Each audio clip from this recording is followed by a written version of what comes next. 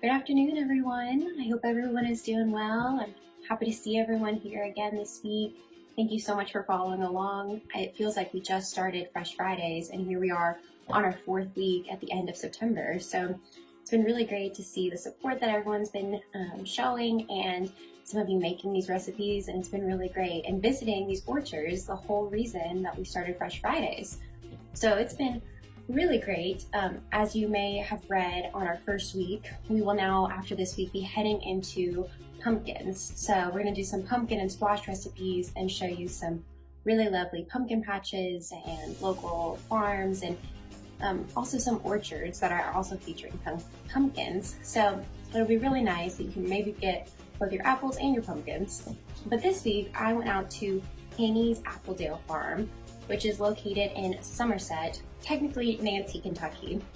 And this was really nice. I had heard many things about this orchard before, and it was a strong recommendation that I go out and see this place. I went out on a Tuesday at 3 p.m. and the parking lot was packed, which automatically was a good sign to me. It must mean that there's a strong following. But I was so surprised. You walk in and there was a line for the apple pies to the back wall. So I knew I had to get one of those before I went out. But inside the retail, there's so many things. I mean, every corner there's something lovely that you will want to buy, because there are t-shirts. There's every kind of thing you could ever need for an apple recipe. There were at least 6 or 7 different kinds of apples that I could try, which was really, really nice. I ended up getting a peck of the Grimes Golden apples, and I've used some of them. I've had some of them as snacks. They're really delicious. They're much sweeter. They're not as tart as a Granny Smith, but they're not as sweet as a Honeycrisp. So I really like using these for apple butter. I think it's one of the best apples that you can use. If you want to kind of switch up the taste of your apple butter, you can do different varieties of ones. I will say with these, you might have to add a little bit more sugar if you like your apple butter pretty sweet. If you were to use a Honeycrisp, you would probably not need to use any sugar at all, just because that is such a sweet apple already. But yes, the farm was beautiful.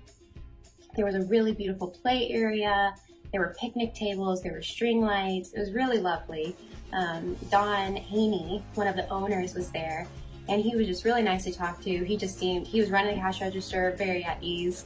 He seemed really happy to be there, and I did in fact try one of the apple pies, and when I tell you that this was one of the best apple pie turnovers, I do not say that lightly. It was absolutely amazing. It was like a puffed up pie dough that was so light and flaky and airy, and the most delicious apple filling topped with powdered sugar. I mean, could not go wrong. It made the drive back so much better. It was gone and very fast, so it was really good. So I would definitely recommend that if you go out there, and especially with how the weather's been, it would be a great trip to take your kids, to go out with your significant other, to go out with friends. It was very much worth the drive from Lexington, so I would really recommend that. So let's get into making some delicious apple butter. This is not necessarily going to be one like your grandma would make. Apple butter is really simple. You can do it on the stovetop, you can do it in an Instant Pot, a slow cooker. This recipe today, we're gonna actually be doing it in a crock-pot slow cooker. I've done it on the counter or on the stovetop, and I did really like that. It does take quite a long time, and I felt like I had to be attentive to it. When you're doing it in an Instant Pot or a slow cooker, you can just pop that in, set it on high, set a timer, and you know when it's gonna be done. I think that's really great for people who are busy. It's really easy. So all you really need for apple butter is apples, and sometimes people put sugar. This recipe is a little bit more fallish. It has sugar, brown sugar, of course apples. It has some nutmeg, a little bit of allspice, just some really nice, strong fall flavors. And I'm really excited about that because, like I said, we are making apple butter cookies. So the way we flavor our apple butter is really gonna make a difference in how our cookies taste. So I'm gonna show you, and let's get into it. Okay everyone, so to start, like I said, I got some Golden Grimes apples, and these are so nice because these are really great, sturdy size. I'm gonna take these off, And just as we've been doing basically every week that we've been doing this, we are going to peel and core these apples. So you need about 1.5 pounds, which for me was roughly 4 to 5 medium-sized apples. So we're gonna core those.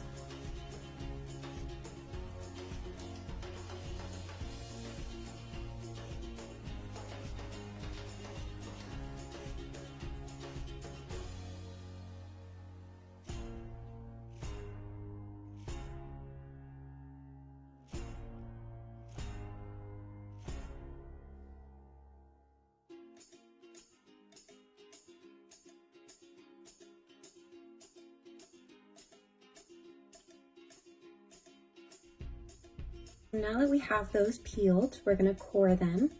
And the easiest way that I think to do this is you're trying to find a stable surface. So lay it down like that, use your wildcat claw, and with your knife, as I've talked about before, your thumb, your pointer finger, you're gonna grip that and then wrap your other 3 around. So wildcat claw, you're keeping your digits out of the way, and go through. So then you have an even more stable side to start cutting off of. And you're just cutting around the core.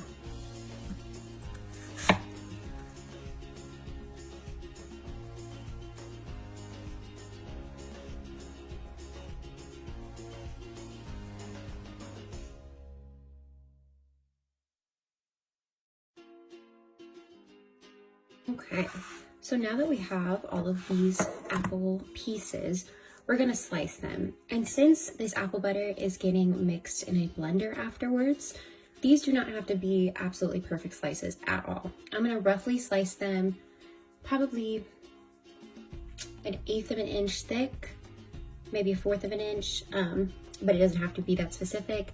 And I'm just gonna plop those into my crock pot. So here's my crock on the side here. Put it there for you to see. And one of my favorite things, my mom has ever told me was to use the liners. So I'm gonna pop a crock pot liner in my crock.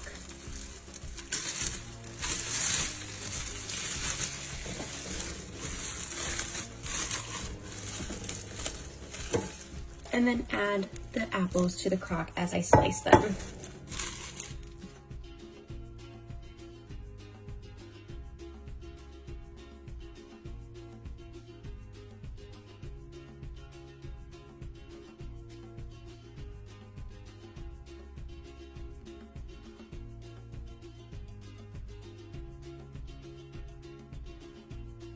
We're gonna add 3 tablespoons of plain white sugar and then 3 tablespoons of packed brown sugar. We're just going to drizzle that on. We are also gonna add those delicious spices that I was talking about. So we are doing about half a teaspoon, my bad, of cinnamon. You can add a little bit more if you would like. There's a dash of allspice, so just a pinch of that. And then about 1/8 of a teaspoon of nutmeg. So that's gonna get some of those really, really good fall scents and spices. We're gonna add in 1/2 of a teaspoon, or a little bit more, of some vanilla extract. And then about 1 teaspoon of lemon juice.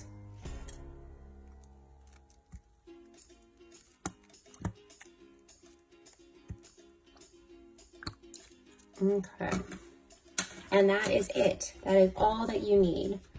So we're gonna give it a really, really, really good mix. You wanna make sure everything is coated.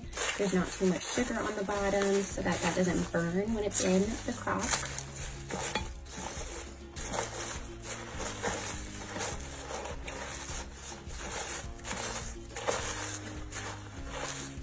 And you wanna also make sure that all of the apples have a nice sugary coating on them. Okay, that is looking pretty good. So I'm gonna pop this in my crock pot. You can do it on high for 4 hours or on low for 8 hours, and then I will show you what it looks like. Okay. So this is what it looks like after 4 hours on high in your crock pot. So delicious. You could use this as is, not necessarily as like an apple butter because it isn't smooth and spreadable, but you could use this for pancakes, waffles, as a topping. You could honestly, this is a little bit too loose, but if you could bring this, take some of the liquid out of this, you could use this for those puff pastries that we made on week 1. That would be a really, really delicious topping. And this has all of those fall flavors like I was talking about. So for this recipe, you could blend this until smooth and you would get a beautiful, beautiful apple butter that you could smear on toast, on biscuits. You could use for anything. We are going to blend it. We're not going to do a 100% smooth just because it is going in the cookies, and that's going to be a really delicious taste to get a little bit of some of those apple bites in it. But I will show you what that looks like. Okay, so here is our mostly smooth apple butter.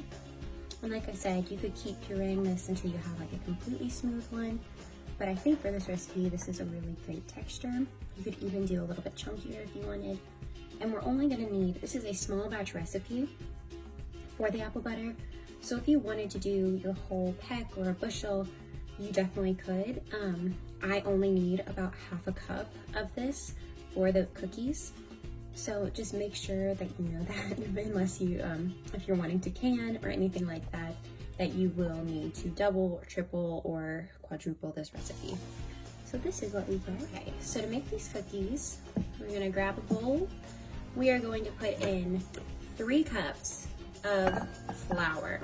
So I have some Weisenberger Mill all-purpose flour here. And we're putting that in. We are also going to add 2 teaspoons of baking powder and 1/8 of a teaspoon of salt. And to that, we are going to whisk. Obviously a very big whisk for a small bowl, but we are going to make it work.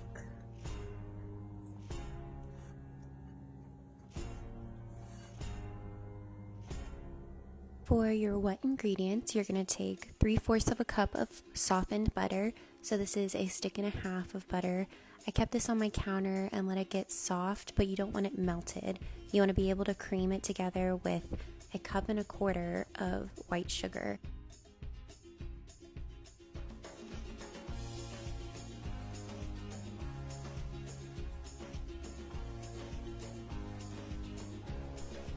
So once you get the butter and the sugar together in a bowl, you're going to use a mixer, whether that's a stand mixer or a hand mixer like I'm using, and you're just trying to combine it to where it's pale and a little bit fluffy.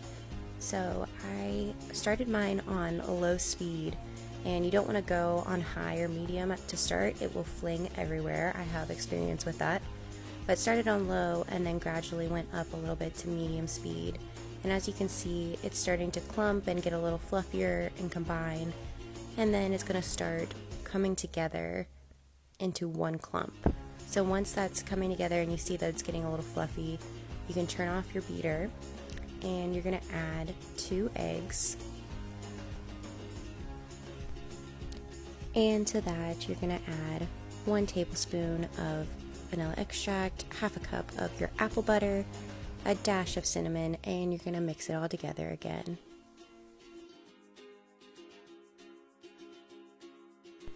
Once all of that is in and combined, you are going to add in your flour mixture.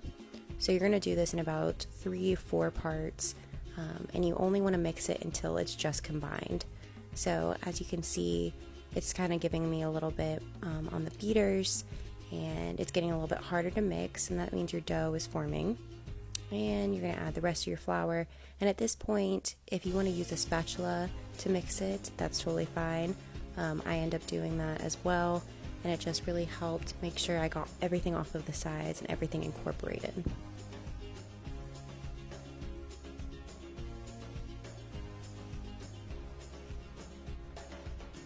And plop it into the fridge for 4 hours. Once it comes out of the fridge, it is nice and hard, and I'm going to use a cookie or a portion scoop to get these out. And then I'm going to roll them in about a teaspoon or a tablespoon if you want to get really cinnamon. and 1/3 of a cup of white sugar, and you mix that together, and that's what you roll your dough balls in, and that's going to cause a really nice like snickerdoodle effect on the cookies. So you do that, and it's recommended that you only do about 2 cookie sheets worth with the dough on the counter, and then put it back in the fridge to chill before you do more, just so that you can keep the dough at a stable, colder temperature. And then you pop them in the oven at 350 for about 13 to 14 minutes for them to be well done, and they are delicious. Enjoy!